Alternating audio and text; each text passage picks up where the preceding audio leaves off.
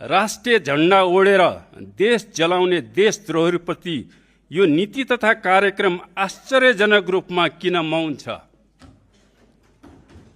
देश खरानी हुँदा र आफ्नै परमाधिपतिको मुख्यालयमा धावा बोल्दा नेपाली सेना राष्ट्रको प्रमुख रक्षक रहस्यमय ढङ्गबाट किन मूक दर्शक बन्यो? लिक्बु लेकमा अतिक्रमण हुँदा बेखबर त्यही सेनाले सुकुमवासी बस्तीहरूमा किन परेड खेल्दैछ?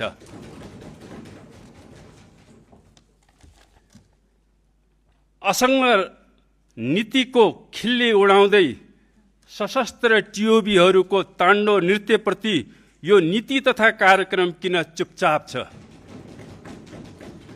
निरङ्कुश पञ्चायत ढाल्दा शहीद विद्यार्थीहरू गणतन्त्रका लागि लड्दा आफ्नो जागिर गुमाउने शिक्षक, कर्मचारी र पेशाकर्मीहरूको सङ्गठित हुने मौलिक अधिकार बलात् खोसिँदा यो नीति कार्यक्रमको घण्टी किन बज्दैन?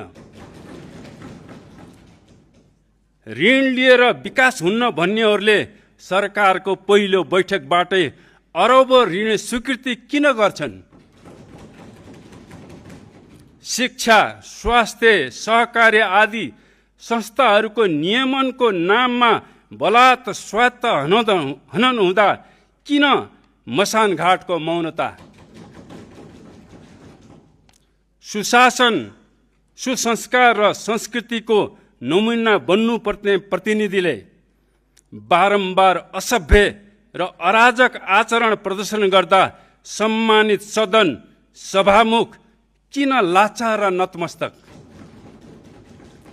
सम्मानित सभामुख महोदय, राजसभाले घोषणा गरेको 100 बुँदे बाचापत्र वास्तवमा सुशासन, स्थायित्व, दिगो शान्ति, समृद्धि, लोकतन्त्र र राष्ट्रियताको सम्वर्धनका लागि थिएन।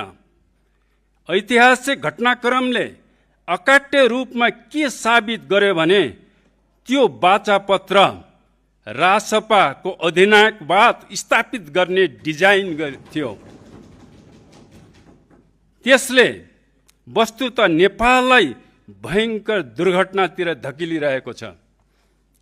सम्मानीय सभामुख महोदय, सम्मान्य राष्ट्रपतिज्यूद्वारा प्रस्तुत 100 बुँदे नीति तथा कार्यक्रम त्यही कथित 100 बुँदे बाचापत्रको नवीन संस्करण र निरन्तरता हो। त्यसैले राष्ट्रलाई असाधारण सङ्कटबाट बचाउन यसलाई समग्रमा खारेज गर्नुपर्छ र पूर्ण संशोधन तथा पुनर्लेखन गर्नै पर्दछ। धन्यवाद।